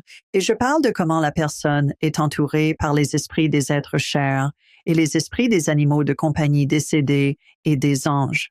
Et la recherche universitaire corrobore cela en disant que 90% des personnes en fin de vie rapportent voir les esprits des êtres chers et des animaux de compagnie décédés alors qu'ils approchent de la mort. Donc, c'est intéressant pour moi que cela progresse dans ces lignes et aide avec cela. Je suis fasciné par la transition parce que je crois vraiment que lorsque les gens transitionnent, la première chose qu'ils doivent traverser est leur propre système de croyance. Et je sais qu'il y a beaucoup de gens qui ont une expérience de mort imminente qui témoignent de l'enfer. Et maintenant, je peux leur dire, historiquement, que l'enfer était la décharge sur les faubourgs de Jérusalem, parce que le mot était Gehenna. Et Gehenna était l'endroit où il brûlait tous les déchets sur les faubourgs de Jérusalem. Et les images que nous associons à l'enfer aujourd'hui ont été adoptées dans les années 1300 lorsque Dante a écrit son enfer. Donc, ce n'est pas quelque chose d'aussi ancien que les gens font vraiment. Mais laissez-moi vous dire le moment. La dernière fois que je suis allé dans une église catholique, c'était le moment où j'ai dit « je ne reviendrai pas ». Je suis allé aux funérailles de ma tante et ma tante était une catholique très dévote. Et vous savez, quand j'allais à l'église, je prenais la communion. Et je suis assis là aux funérailles de ma tante et le prêtre monte en chair et dit, à ce moment, j'aimerais offrir la communion à tous les catholiques pratiquants. J'aimerais l'offrir à vous tous, mais je ne peux pas tant que vous ne vous convertissez pas au catholicisme. Et dès qu'il a dit ça, je me suis tourné vers ma sœur et j'ai dit, tu penses que Jésus aurait dit ça? Et elle s'est tournée vers son mari. Elle dit, tu penses que Jésus aurait dit ça? Il s'est tourné vers mon neveu et a dit, Jésus aurait dit ça. Et nous quatre n'avons pas pris la communion. Et c'était la dernière fois que j'étais dans une église catholique. Eh bien, et mon pasteur, irlandais, né et élevé en Irlande, séminaire en Irlande, est exactement l'opposé, n'est-ce pas? Et c'est pareil pour celui de ma mère. Ma mère, ça va, vous savez, ça va où ça va. Mais je peux vous dire que quand je suis à l'église, pendant le moment qu'ils appellent la consécration, où le prêtre est censé changer le pain et le vin en l'esprit, je crois que l'esprit de Jésus est Jésus. Les bénédictions de Jésus, son esprit entre dans cela. Et je regarde un faisceau laser de lumière venir de l'extérieur de l'église, descendre sur l'autel. Quand le prêtre lève la communion, je vois un arc de lumière qui sort, couvre toute la congrégation. Je vois la même chose avec le calice, avec le vin. Et puis, à la prière finale, je vois cet arc de lumière passer sur toute la congrégation. Je vais à la messe dans d'autres pays parce que je veux toujours voir ce qui se passe. Et je suis sûre que les gens pensent que je suis très pieuse parce que mes yeux sont fermés pendant la consécration. Je regarde juste le spectacle, n'est-ce pas? Donc, il y a une sérieuse énergie qui se passe là-dedans d'un point de vue énergétique. Je lui ai demandé pourquoi elle était devenue catholique. Elle a dit qu'elle avait eu sa première expérience hors du corps à la messe. Donc, pour elle, c'était une expérience religieuse. J'ai demandé à des musulmans pourquoi ils étaient devenus, ils ont eu la même expérience. Ils ont eu une expérience hors du corps, dans le temple, dans la mosquée. Je pense vraiment que, comme je le dis, Dieu est trop grand pour être englobé par une seule religion. Je suis d'accord. Et quand je regarde ça, il y a un gars que je connais, c'est un gars adorable et je me sens comme un frère. Je pense vraiment que nous pourrions avoir été frères dans une autre vie. Nous rions, plaisantons, nous sommes tous les deux de grands gars chauves. Il est vraiment plongé dans le matériel de la loi de l'un. Maintenant, pour moi, cela ne sonne pas vrai du tout. Ça ne touche pas à mon discernement dit non, mais il est si aimant, il est si attentionné, il a trouvé Dieu dans cela, dans ces choses aussi. Et je pense vraiment que nous avons tous de nombreuses voix. Vous parliez de réincarnation plus tôt. Même dans la réincarnation, les gens à qui je parle ont tous, quand ils régressent, ils ont tous des expériences différentes. Certaines personnes ne voient rien. Certaines personnes reçoivent juste des tonnes d'informations sans avoir de visuel. Certaines personnes voient juste des images et peuvent les décrire. J'ai eu un jeune homme qui voulait que je sois dans la pièce quand il était régressé parce que je ne fais pas régresser les gens. Et j'étais dans la pièce et il déversait toutes ces informations, je les notais simplement et c'était si spécifique jusqu'à l'année. Et c'était en Chine, et c'était comme. Et il continuait à dire, nous vivons dans des communes et il n'y a pas de leader. Nous sommes un collectif, nous tous. Et il parle de tout cela. Il y a plusieurs communes dans la région, mais il n'y a pas de leader. Nous sommes tous le leader. Et il fait tout cela. Et il dit, sa vie s'est terminée quand il marchait dans les bois, et soudain, il a été frappé par toutes ces flèches et il est mort. Et j'ai dit, quelle année c'était? Et il m'a donné l'année. Et vous avez cherché en ligne et il y avait un mouvement de communes que l'empereur chinois est venu et les a tous anéantis cette année-là. Donc, pour moi, c'est comme si nous allions vivre connexion à la source de la manière dont nous vivons notre connexion à la source. Et c'est beau que cela vienne de différentes manières parce que nous avons chacun notre propre chemin. Et comme ma mère disait, la spiritualité est un voyage personnel. Donc, vous savez, c'est tout beau. Eh bien, c'est aussi mon expérience, John, que les gens reçoivent des informations intuitives de la manière qui est leur principale façon d'apprendre. Par exemple, si vous êtes un apprenant visuel, vous verrez des choses. Si vous êtes un apprenant kinesthésique, vous ressentirez des choses. Si vous êtes auditif, vous entendrez. C'est fascinant. Quand j'enseigne aux gens comment faire toutes ces choses ésotériques que je fais, je ne suis pas tellement sur la technique. Je suis plus sur découvrons comment cela vient naturellement pour vous. C'est comme enseigner à un enfant gaucher qu'il ne peut écrire qu'avec sa main droite. Eh bien, peu importe avec quelle main il écrit. Vous savez, faisons simplement ce qui vient naturellement pour cela. Mon fils est gaucher et les gens ont essayé de le faire. En fait, j'étais chez un parent, et il est littéralement venu et a pris quelque chose de la main de mon fils. J'ai dit, tu remets ça tout de suite. Vous savez, il va vivre sa vie comme il est, et il est parfait tel qu'il est, avec ses qualités uniques. Eh bien, peu importe, n'est-ce pas? Peu importe, mais ma mère était gauchère et nous ne le savions pas toute notre vie parce que les nonnes la frappaient si elle utilisait sa main gauche. Je n'ai jamais vécu ça. Oui, et ensuite, elle était ambidextre à la fin parce qu'elle pouvait faire n'importe quoi avec chaque main. Les nonnes lui ont appris à être ambidextre. Nous avons tous nos expériences. Pour moi, personnellement, je n'avais jamais vu. Eh bien, laissez-moi le dire ainsi. J'ai grandi à Rehoboth Beach, Delaware. Et Rehoboth est connue comme la capitale gay de l'été du pays. Et ce que je trouve vraiment intéressant, c'est que l'Église catholique dans cette ville possède un immense manoir sur la plage et tous les prêtres viennent là pour les vacances parce que c'est une station balnéaire. Et je ne peux pas vous dire combien de fois j'ai vu des prêtres en ville se promener avec leurs petits amis ou sortir des bars gays et je me dis, pour moi, ça n'a pas d'importance parce que je pense que si Dieu est amour, l'amour sous n'importe quelle forme n'est pas mauvais, n'est-ce pas? Mais quand vous leur disiez « Bonsoir, mon père », ils étaient gênés à cause de l'endroit où ils étaient et de ce qu'ils faisaient. Et je me disais, vous savez, c'est vraiment un peu triste parce qu'ils ne peuvent pas exprimer l'amour de la manière dont ils veulent exprimer l'amour. Et Dieu est amour. Et je pense que c'est juste un peu une déclaration triste que leur croyance leur dit qu'ils ont tort pour ce qu'ils veulent faire naturellement. Tout comme la main gauche et la main droite. Oui, je suis d'accord.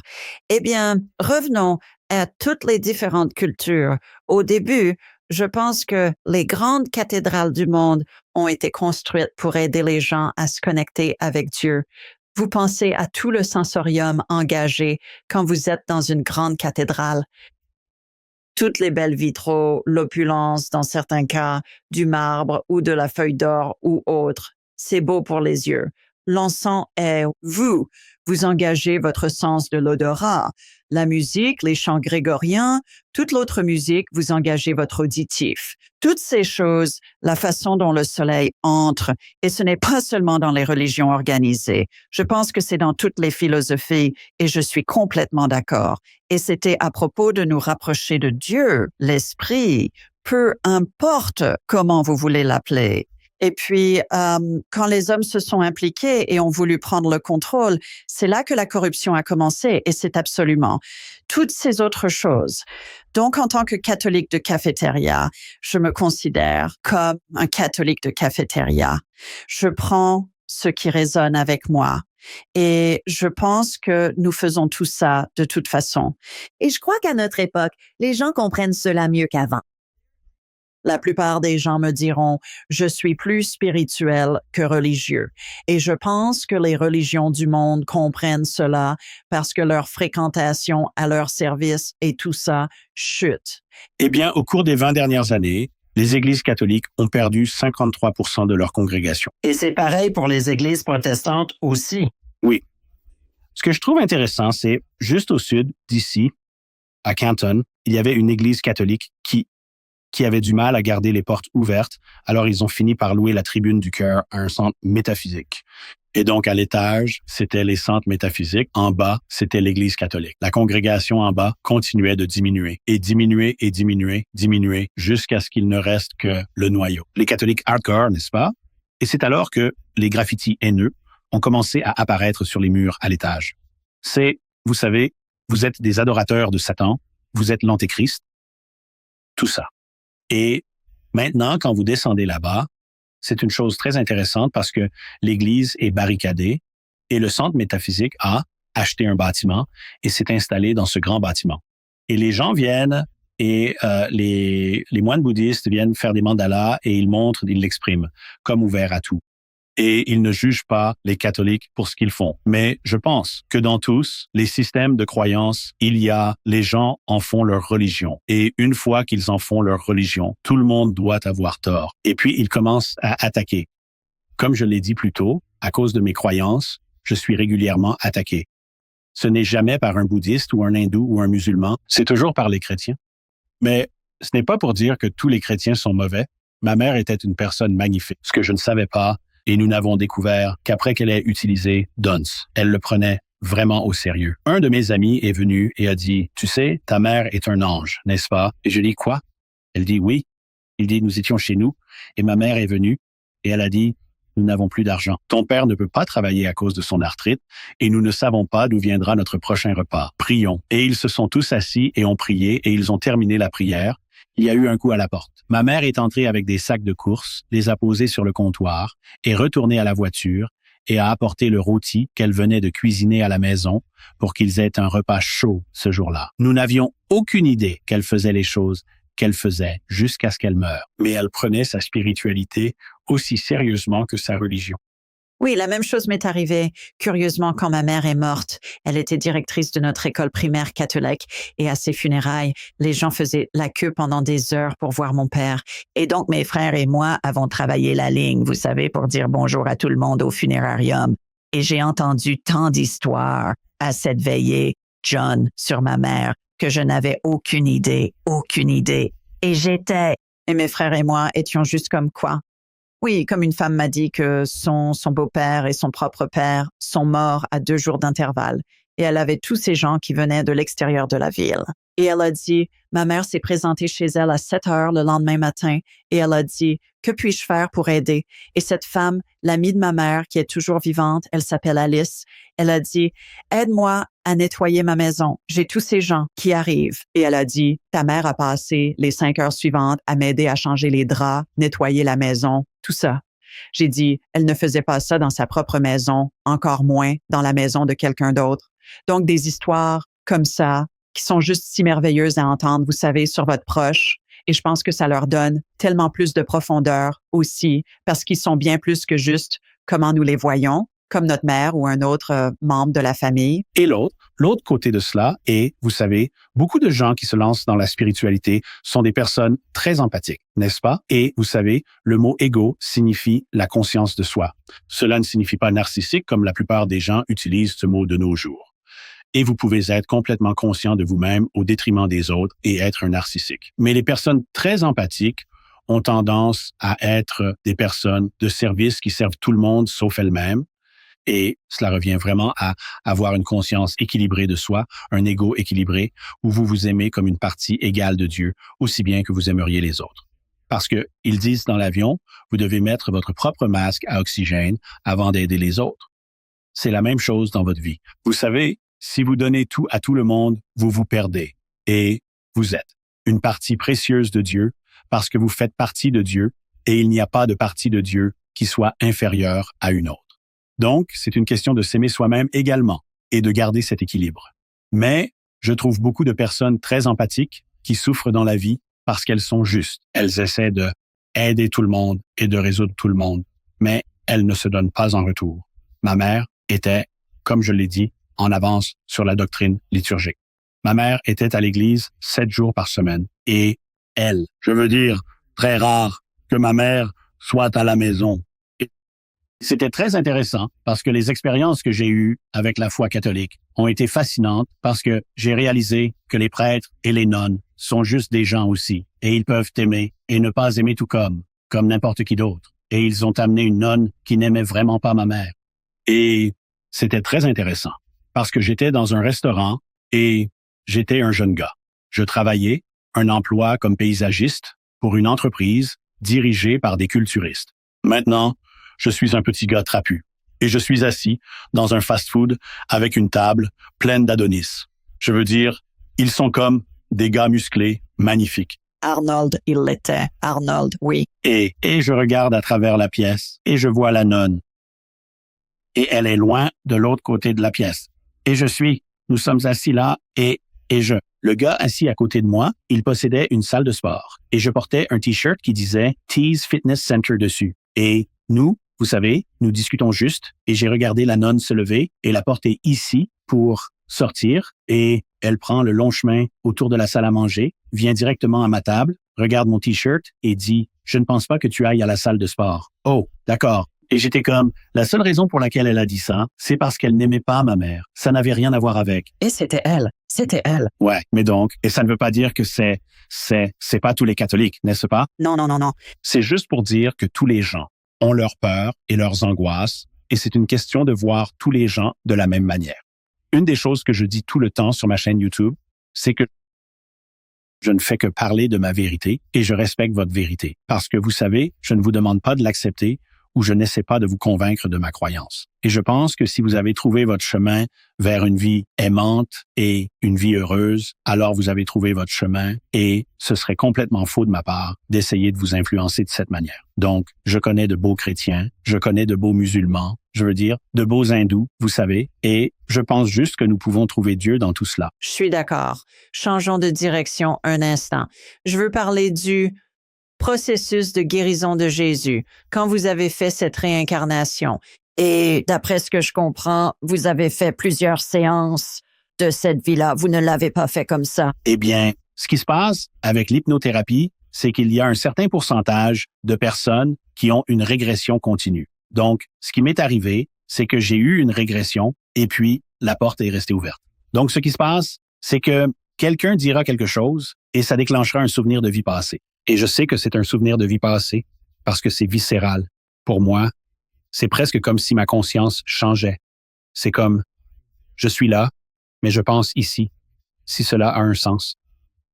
Donc, comme le dernier que j'ai eu, c'était quelqu'un qui m'a demandé à quoi ressemblait Marie-Madeleine et elle a demandé, et j'ai eu un souvenir complet de nous débarrassant d'une table ensemble, nous riant tous les deux. N'est-ce pas ça? C'était juste ce souvenir rapide. Mais c'était comme si quelqu'un disait quelque chose. Ça déclenchait quelque chose. Et c'est comme ça que je continue à l'obtenir. Quelle était votre question? Je me suis un peu égarée sur Marie-Madeleine. Ensuite, je reviendrai à ma question. Chaque fois que Marie-Madeleine se manifeste à moi, elle est apparue une fois pendant une guérison quand mon mentor faisait une guérison sur moi. Et elle a toujours 2 femmes avec elle. C'est comme un groupe d'elles. Et je me suis souvent demandé, et je pourrais juste lui demander, je n'y avais pas pensé jusqu'à maintenant. Certaines de ces cultures musulmanes et du Moyen-Orient où les femmes ne sortent pas seules en public. Habituellement, elles doivent soit être avec leur mari, soit leur père. Habituellement, ça doit être un homme. Mais je me demande si c'est pour ça qu'elle a toujours leurs amis avec elle. Et quand j'ai voyagé à travers de nombreux pays musulmans maintenant et les femmes voyagent en paire et en groupe et c'est aussi une culture très intéressante dans le fait que les hommes n'ont pas l'espace personnel que nous avons ici. Les hommes marcheront dans la rue, bras dessus, bras dessous, bras autour de l'autre. Et vous savez, ce n'est pas une chose homosexuelle, c'est juste une chose d'affection pour leur ami. C'est juste une culture très différente. J'essaie de dire aux gens tout le temps, quand ils pensent à cette époque, la vie de Jeshua et l'époque de Jeshua, que vous devez y penser comme l'Afghanistan en ce moment. Vous savez, c'est vraiment comme ça que c'était. Il y avait une domination romaine, donc vous étiez sous occupation militaire. Il y avait des règles très strictes concernant les femmes, surtout après que Paul ait dit ces trucs. Paul a dit, les femmes ne sont pas autorisées dans les églises, les femmes ne sont pas autorisées à être dans le même bâtiment que l'homme quand il prie. Je veux dire, c'était très, très anti-femme à l'époque. Même dans les textes gnostiques, il y a un. Quand vous lisez l'Évangile gnostique de Marie-Madeleine, c'est un écrit magnifique, magnifique. Et elle parle de sa vision de Jeshua. Et elle partage cette expression. Mais à la Fin du livre. Pierre dit, « Pourquoi devrions-nous t'écouter? Tu es une femme. Pourquoi te dirait-il à toi et pas à nous? » Et donc, il y a ces hommes qui la rabaissent. Et puis, Lévi, le héros de l'histoire, il se lève et dit, « De quoi parlez-vous? Il l'aimait plus que nous. » Bien sûr qu'elle sait. Bien sûr qu'elle sait. Et puis, il dit, en fait, dans le texte, il dit, Pierre, tu as toujours besoin, je vais paraphraser ça parce que je ne connais pas l'expert. Il dit essentiellement, tu as toujours été juste un gars aigri, peu aimable ou quelque chose comme ça, n'est-ce pas? Donc, je pense que c'est vraiment intéressant. Aussi, dans le texte gnostique est parlé de Pierre. Dans le texte gnostique, les disciples demandent, Joshua, quand il est parti, vers qui vont-ils? Et il ne dit pas Pierre. Il dit, allez voir Jacques, le juste mon frère, n'est-ce pas? Pierre n'est devenu le roc qu'au concile de Nicée. Et la raison pour laquelle il est devenu le roc au concile de Nicée est parce que Rome essayait de devenir le siège du pouvoir du christianisme.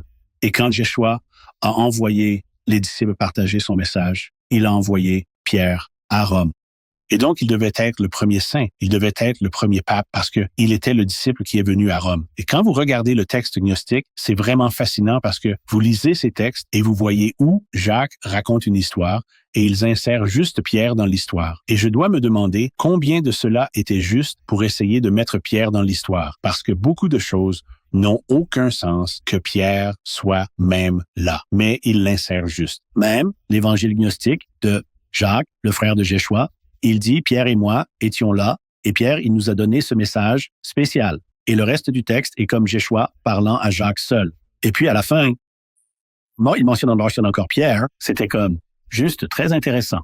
Ouais, eh bien, je veux parler de guérison, mais avant cela, une petite histoire sur Marie-Madeleine, quand elle est apparue, quand je subissais une guérison, et elle s'est identifiée et elle avait ces deux femmes avec elle. Et bien sûr, elles avaient les voiles et tout le tralala. Et j'ai dit, pourquoi es-tu ici? Et elle a dit, je vais t'aider sur ton chemin. Maintenant, c'était avant que je ne publie mon livre. Et j'ai dit, d'accord. Et j'ai dit, pourquoi? Et elle a dit, parce que tu vas être persécutée. Les gens vont penser que t'es folle. Ils vont t'insulter, tout ça. Et elle a dit, je sais un peu ce que c'est. J'ai commencé à rire. Et elle est restée depuis. Et je n'ai pas beaucoup de ça. C'est très rare que quelqu'un me pose des problèmes à propos de tout ça. Et quand ils le font, voici ce que je dis. Ils disent, eh bien, vous êtes maléfique parce que vous parlez aux esprits. Et je dis, d'accord, priez-vous. Habituellement, c'est quelqu'un qui est un chrétien fondamentaliste, donc disant cela. Et je dirais, eh bien, priez-vous. Et ils disent, bien sûr que je prie. Et je dirais, d'accord, à qui priez-vous? Jésus, quiconque. Et je dirais, d'accord. Alors Jésus vous répond-il? Oui, je reçois des réponses tout le temps. Je dis, d'accord. Alors, est-ce comme si vous étiez assis sur le canapé du salon et que Jésus est là à côté de vous et que vous pouvez le toucher et lui donner un verre d'eau ou autre? Et ils disent, non, non. J'ai dit, oh, vous parlez avec son esprit et vous pouvez voir le moment d'illumination dans leur tête. Et ils disent, ah, je n'y avais jamais pensé de cette façon. Et puis je dirais aussi, comme vous, si quelqu'un veut me poser des problèmes, ce que je dis est rare. C'est en fait rare pour moi aussi. Je les reçois, vous savez, je suis très public sur YouTube, donc ça vraiment. Mais je dirais, je pourrais vous parler de ce que vous voulez. Vous voulez parler du football de l'Ohio State. Vous voulez parler de la météo. Vous voulez... De quoi voulez-vous parler? Je m'en fiche, ça n'a pas d'importance. D'accord, revenons à la guérison. Vous souvenez-vous de l'une de vos vies passées? Vous rappelez-vous quelque chose sur la guérison de Jésus? Vous avez parlé de la boue sur les yeux de l'aveugle. Pouvez-vous nous dire quelque chose dont vous vous souvenez? J'ai en fait une vidéo à ce sujet sur C'est en fait sur J'ai une deuxième chaîne YouTube appelée Le catholique en rétablissement et c'est tout sur sa méthode de guérison. C'était un peu comme ce que j'ai dit avant quand Joshua venait et était la résonance de la santé parfaite et était ce sentiment que j'ai ressenti dans ma régression. Et puis, il les conduisait à leur foi. Il y a une histoire dans la Bible, c'est juste un passage rapide. Ils ont évité Beth Shean car aucune guérison ne pouvait y avoir lieu. La raison, c'est près de Nazareth. Il connaissait son père. Donc, il ne pouvait pas. Un prophète n'est pas connu dans sa ville natale. Mais j'ai un souvenir de vie passée, d'entrer dans la ville et de dire aux gens, Jeshua était au bord de la rivière. Et les gens prenaient le seau de foi pour aller vers lui. Et en venant là-bas, avec ce seau de foi, ils pouvaient accepter la guérison parce qu'ils disaient, en fait, je vais y aller et me faire guérir. Donc, ils revenaient comme la dame dans l'accident de train. C'est très intéressant. Tout le monde me demande des choses miraculeuses et je n'ai pas vraiment beaucoup de souvenirs de grandes choses miraculeuses. Mais ce que je sais de la guérison, c'est qu'ils comprenaient vraiment que c'était leur foi qui les guérissait. Et donc, ils venaient dans cette expression et les amenait à venir à leur moment présent, tout comme je l'ai fait avec la dame avec la dent. Vous ai-je raconté cette histoire? Oui. Tout comme je l'ai fait avec la dame avec la dent. Je les amenais au moment présent, la foi. Et c'est ce qu'ils faisaient. C'est exactement ce qu'ils faisaient pour chaque personne qu'ils rencontraient. C'est pourquoi la boue n'était que pour cet homme-là, parce que c'est ainsi qu'il avait besoin d'être guéri. Et donc, ce qui s'est passé ensuite, c'est qu'au fil du temps, tant de gens se guérissaient autour de lui avec son aide. Vous savez, je l'appellerais plus un facilitateur de guérison, que les gens ont commencé à croire qu'il les guérissait simplement. Et puis, vous entendez l'histoire de la femme qui touche son vêtement et dit « Maintenant, je suis guéri ». Et il dit « C'est ta foi qui t'a guéri ». Vous savez, il croyait juste qu'il était. Il était une personne de guérison. Donc, ils obtenaient juste des guérisons autour de lui et il est devenu très en demande, disons-le ainsi. Ouais.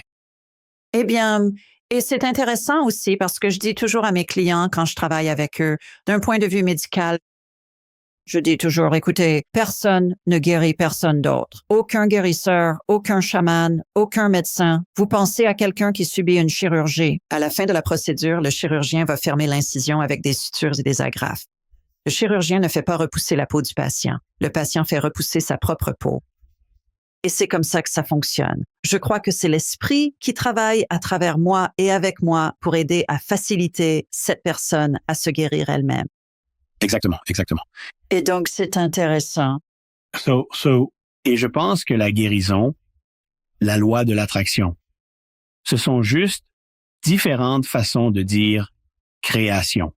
Et quand vous regardez le mur en face de vous, ce mur est fait d'atomes. Et ces atomes ne sont rien d'autre qu'un pur événement énergétique. Et l'air entre vous et ce mur est fait des mêmes atomes.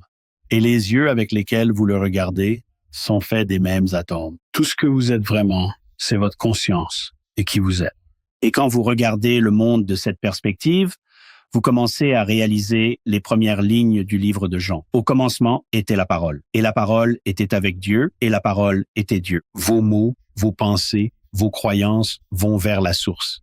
Et la source vous montre votre croyance dans l'image autour de vous. Nous sommes créés à l'image de Dieu. C'est ça. Et c'est une question de réaliser que vous verrez ce que vous croyez.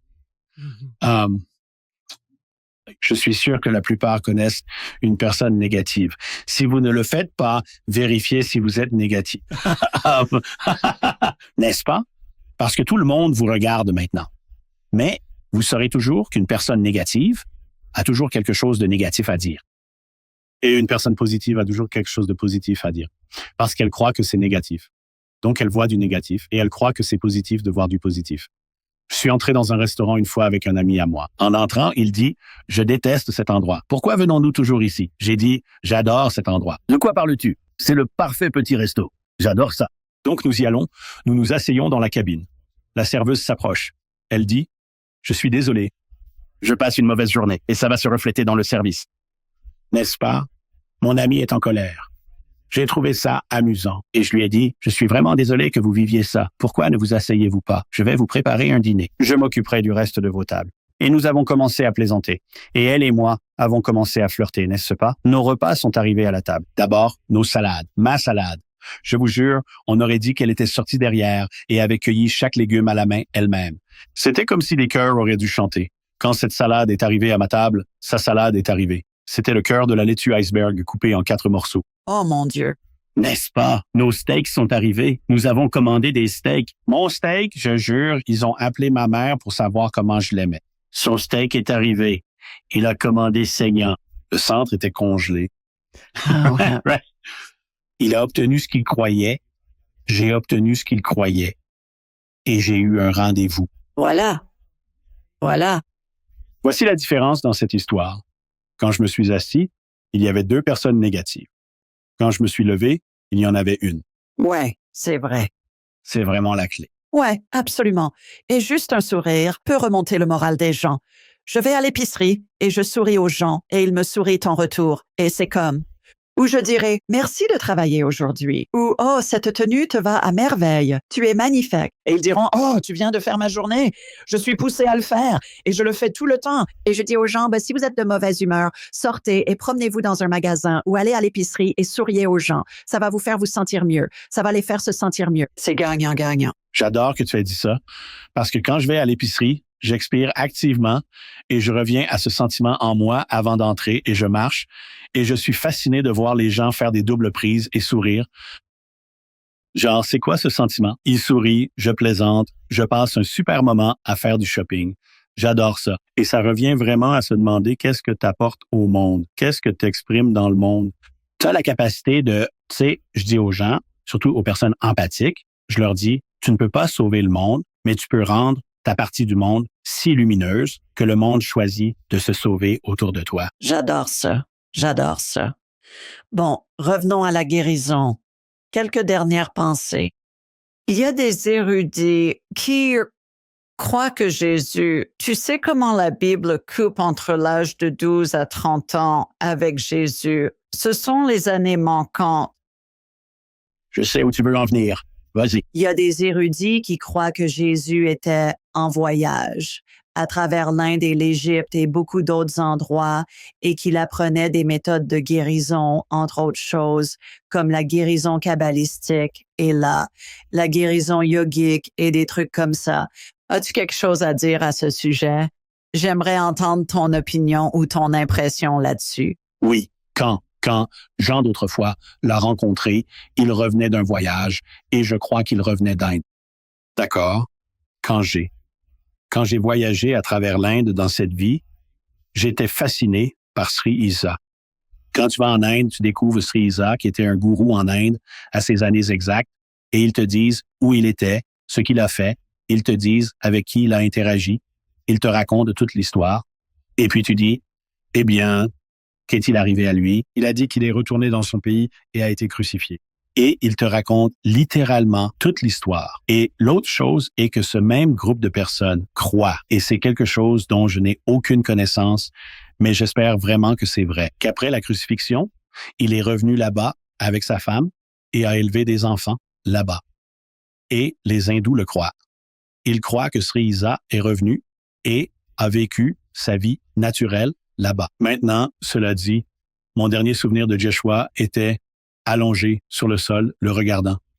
Je suis tombé par terre et le regardant, lui, me regardant en riant parce que c'était après la crucifixion. Et les gourous hindous sont célèbres pour beaucoup de choses, mais l'une des choses que tu peux trouver dans tous les textes hindous et les textes sur les yogis, c'est qu'ils avaient cette capacité où ils arrivaient à une rivière en furie, par exemple, et plutôt que d'essayer de traverser la rivière, ils projetaient leur conscience de l'autre côté et manifestaient leur corps autour de celle-ci. Et cela, pour moi, est comme la description parfaite de la réincarnation ou d'une résurrection. Tu sais, manifester ta conscience et revenir. Nous sommes bien plus que le corps physique. Et en parlant de guérison à nouveau, j'ai eu une expérience une fois où je sortais d'un spectacle de comédie que je faisais et cette dame s'approche de moi. Cet homme s'approche de moi avec sa petite amie. Il dit, « John, voici Maria. Elle veut vraiment lire tes cartes de tarot. » J'ai dit, « Oh, super, bien sûr. » Alors, nous sommes allés derrière, le site de la foire, et en m'asseyant, je pouvais juste dire qu'elle était malade. Elle n'allait pas bien. Et je me suis assis avec elle et elle a étalé toutes nos cartes. « Puis-je te tenir la main pendant que nous faisons cela? » Elle a dit, « Bien sûr. » Alors j'ai pris sa main et pendant qu'elle lisait les cartes dans mon esprit, je lui dis simplement, à travers mon moi supérieur, je dis, « Es-tu prête à laisser partir cela? » Et j'entends la pensée revenir en disant, « Oui, je le suis. » Et j'ai dit, « Alors passe-le-moi et je le transmettrai. » Et j'ai ressenti cette montée d'énergie monter le long de mon bras et sortir par le haut de ma tête. C'est probablement pour ça que je suis chauve. Ça a probablement grillé les cheveux. Exactement. Et, Elle a terminé sa lecture de cartes de tarot et nous sommes partis chacun de notre côté. Une semaine plus tard, je sors du même spectacle à nouveau et son petit ami est là seul, tenant un téléphone. Je m'approche, il dit « Parle-lui. Bonjour. Qu'est-ce que tu m'as fait? » J'ai dit « Que penses-tu que je t'ai fait? » Elle dit « Je pense que tu m'as guéri. » J'ai dit « Alors, c'est ce qui s'est passé. Qu'est-ce que tu avais? » Elle dit « On m'avait donné 6 semaines à vivre avec un cancer. Il ne trouve plus de cancer dans mon corps maintenant. N'est-ce pas? Alors, même la méthode de guérison consiste à être là dans l'amour et la compassion. Mais tu peux parler à travers le moi supérieur. Tu peux parler à travers cet esprit. Et les gens me demandent tout le temps à propos de Lazare. Je n'ai aucun souvenir de ce moment, mais pour moi, cela a parfaitement du sens. Il a juste parlé à son moi supérieur, a guéri de cette manière. Je pense que cela revient vraiment, cependant. À ce moment où j'ai dit « Que penses-tu qu'il t'est arrivé ?» Parce que je lui demandais quelle était sa foi, je lui demandais quelle était sa croyance. Quand elle a dit « Je crois que tu m'as guéri », j'ai dit « Alors c'est ce qui s'est passé. » Oui. Eh bien, revenons aux yogis, capables de transporter, peu importe le mot, leur corps d'un côté de la rivière à l'autre. Je reviens à Star Wars. Je crois qu'il y a tellement de sagesse là-dedans et George Lucas canalisait tout ça comme le fait chaque écrivain et chaque compositeur et tout ça. Et de plus, mon autre. Une de mes émissions préférées est Ma sorcière bien-aimée des années 60. Tu sais, Samantha Stevens crierait Mère et Dora entrerait ou elle crierait Oncle Arthur ou Dr. Bombay et ils viendraient tous et qu'est-ce qu'elle faisait? Elle claquait des doigts et elle passait de chez elle au bureau de son mari en une nanoseconde. Et donc, je crois que quiconque était scénariste, impliqué dans cette émission, il faisait beaucoup de trucs mystiques là-dedans. Ils étaient en train de nous montrer exactement comment ça fonctionne et c'est vraiment un excellent exemple. Je partageais la scène avec un homme qui était un hindou pratiquant, mais il n'était pas indien. C'était un Américain de New York et il était avaleur de sabre professionnel. Et je connais beaucoup de gens bizarres. Et en coulisses, il avait un hôtel pour son gourou et j'avais de grandes conversations profondes avec lui. Un jour, il m'a raconté une histoire. Il dit, la dernière fois que je suis allé en Inde voir mon gourou, il dit, j'ai emmené mon ami avec moi et je voulais juste qu'il ait cette expérience que j'avais. Mais il n'était vraiment pas intéressé, il dit, et nous étions là pendant une semaine et il s'ennuyait à mourir. Et un jour, le gourou l'a vu, assis là, a dit, qu'est-ce qui ne va pas? Il dit, tu sais, il dit, j'aimerais vraiment avoir ma guitare ici parce que je pourrais juste jouer une chanson. Et le gourou dit, où est ta guitare? Il dit, elle est à San Francisco. Il dit, où? Il dit, quelle est ton adresse? Il lui donne l'adresse. 1 heure plus tard, le gourou lui a remis sa guitare. Wow! D'accord. Ils étaient en Inde. Il dirait, il l'a obtenu de San Francisco. Exactement. Alors, comment fais-tu ça? Tu projettes ta conscience à l'endroit où elle va être et ensuite tu ramènes la croyance de cette guitare au présent. Mais cela revient à ce que j'ai dit au tout début de cette conversation était toutes les expériences transcendantales sont présentes et les gens doivent réaliser qu'ils doivent rapprocher leur temps pour avoir ces expériences. Croire suffisamment grand qu'ils sont en train de faire. C'est un sacré tour de magie, être capable de sortir la guitare en 1 heure. Oui, mon Dieu. Parle d'un spectacle. Encore quelques questions. Je pourrais te parler pour le reste de la journée, mais encore quelques questions. Il semble que les gens croient que le monde traverse des moments vraiment difficiles en ce moment. Et je pense que je veux dire, eh bien, ils disent, nous n'avons jamais été aussi divisés. Aux Américains, je dirais, avez-vous entendu parler de la guerre civile? C'est à cause du cycle d'information 24/7. Si ça saigne, ça mène et nous entendons juste les mauvaises choses. Ou croyez-vous cela? C'est quelque chose dont je parle toujours, que nous devons briser l'ancien pour permettre aux nouveaux d'entrer. Et je crois que ce sont les gens qui cherchent leur propre spiritualité en dehors des limites du gouvernement traditionnel, de la religion, de la société, ce genre de choses. Nous créons de nouvelles choses en brisant l'ancien. J'aimerais entendre tes pensées à ce sujet. Socrate a dit, quand le débat est perdu, la calomnie devient l'outil du perdant. Les gens deviennent bruyants quand ils perdent pied. Les gens deviennent frustrés quand ils perdent pied. Pour te donner un exemple de comment les médias fonctionnent avec ça, nous avons eu les incendies de Maui. L'un des programmes d'information télévisés se plaignait de ce problème que la police avait aux frontières. Il dit, oui, nous avons un vrai problème. Trop de gens viennent et essaient d'entrer dans la zone brûlée. Oui, ils apportent de la nourriture et des vêtements et leurs équipements de camping et il y a juste trop de gens qui viennent. Alors tous ces gens viennent avec amour et compassion dans leur cœur pour créer. Mais les nouvelles en ont fait une mauvaise histoire. Les mauvaises nouvelles se vendent, n'est-ce pas? Je regarde 5 minutes de nouvelles par jour et juste parce que je veux vérifier ce qui se passe dans le monde. Mais si tu les regardes plus longtemps que ça, tu découvres quelque chose de vraiment intéressant. Il n'y a que 5 minutes de nouvelles par jour. Ils disent qu'ils ont 5 minutes, puis les 5 minutes suivantes vont être consacrées à parler à quelqu'un des 5 premières minutes. Puis les 5 minutes suivantes vont être l'autre perspective. Ensuite, ils vont passer à un autre animateur de l'émission et ils vont recommencer et toute la journée, ils vont parler des mêmes 5 minutes. Alors, je les regarde 5 minutes par jour et j'ai l'application de nouvelles sur mon téléphone. Si le monde va se terminer, je recevrai un message disant que c'est là, n'est-ce pas? Alors, je continue ma journée. Voici une perspective que je veux vraiment donner à tes téléspectateurs et au monde. Je vis à Akron, Ohio, et si je travaillais à Cleveland, chaque jour, je me lèverais et je conduirais 42 kilomètres là-bas. Je passerais probablement devant 1000 voitures sur la route une fois par jour, peut-être même pas une fois par jour, mais disons juste une fois par jour. Il y aurait un petit accident sur le côté de la route. Ce soir, aux nouvelles, il y aura une histoire sur cet accident et à quel point cet accident était terrible sur le côté de la route. Ce qui ne sera pas aux nouvelles, c'est que 999 voitures sont arrivées en toute sécurité à leur destination sans aucun problème. Notre monde est positif à 99%. Mais les gens qui sont vraiment investis dans la peur et la vente de la peur deviennent bruyants en ce moment. Ce que tu découvriras aussi très rapidement, c'est que plus ils deviennent bruyants, moins ils ont de substance. Tu sais, tu dis, eh bien, comment résoudrais-tu ce problème? Eh bien, nous n'allons pas faire ce qu'ils font. Eh bien, donne-nous une solution, ne nous donne pas un autre argument. Quelle est la solution? Ceux qui deviennent les plus bruyants n'ont pas de solution. C'est comme cette église à Canton. Quand il ne restait plus que les derniers vestiges des gens en bas, ils ont commencé à écrire des choses sur les murs. Ça a commencé à devenir bruyant. Et c'est là où nous en sommes en ce moment. Nous sommes magnifiquement, merveilleusement en transition vers un monde plus aimant en ce moment. Et ce que tu vois, ce sont les douleurs de croissance des gens s'accrochant à leurs croyances basées sur la peur. Et je dis cela spécifiquement parce que quand j'ai quitté le monde spirituel et que je suis parti et devenu cet orateur d'entreprise, c'était parce que les gens étaient si superficiels. Les gens n'écoutaient pas vraiment ce que j'enseignais parce qu'ils n'étaient intéressés que par cette histoire de vie passée. Quand je suis revenu, tout le monde était tellement plus éveillé.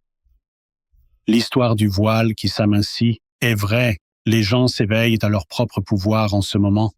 Dans le soufisme, ils croient que Dieu est d'un côté d'un voile et que nous sommes de l'autre côté du voile. Et notre vie est la lutte contre le voile. Et le voile est notre peur. Le voile s'amincit pour le monde en ce moment, mais les gens qui ne sont pas prêts à lâcher leur voile deviennent bruyants. Eh bien, et ça leur profite d'une certaine manière. Leur esprit veut expérimenter le chaos et le tumulte et tout ça, alors que il y a ceux dont les esprits disent, d'accord, oui, j'ai vécu ça. Créons à partir de ça, qu'est-ce que je veux? Et c'est ce qui crée la nouvelle spiritualité, je pense. J'avais 2 arbres morts debout dans mon jardin et un gars m'a dit que ça allait me coûter 3000 $ pour les enlever. J'ai dit non, je vais le faire gratuitement. Alors j'ai mis une annonce sur Facebook Marketplace avec une photo des arbres et bois de chauffage gratuit à couper. Et une mère et un fils sont venus chez moi et ils ont magnifiquement abattu ces arbres et les ont emportés gratuitement. Et pendant que je parlais à la femme, et je ne vais pas entrer dans la politique du tout, mais elle a dit, tu sais ce que j'ai fait ce matin?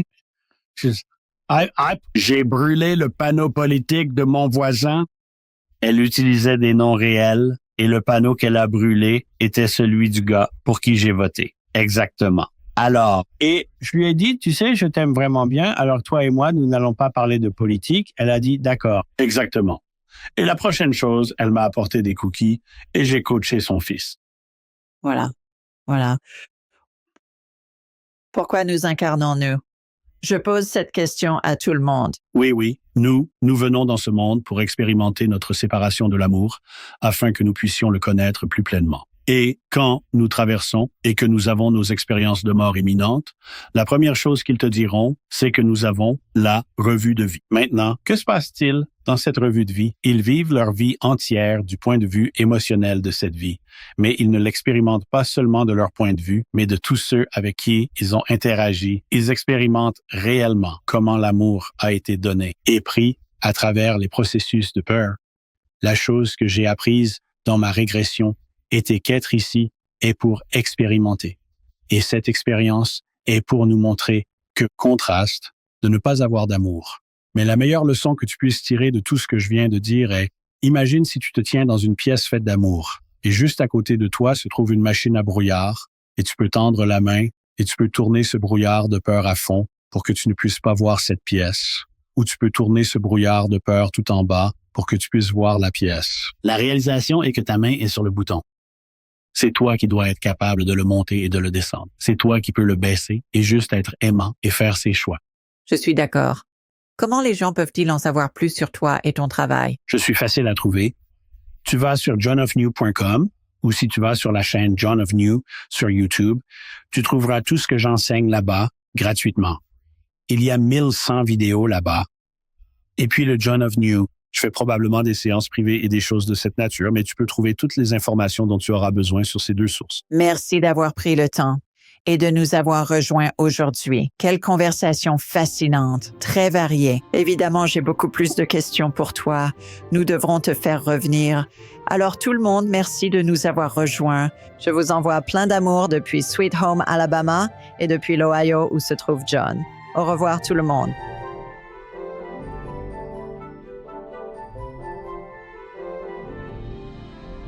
Pour améliorer votre voyage spirituel, cliquez sur l'une des vidéos ci-dessous et n'oubliez pas de vous abonner, de laisser un commentaire et de partager avec votre famille et vos amis.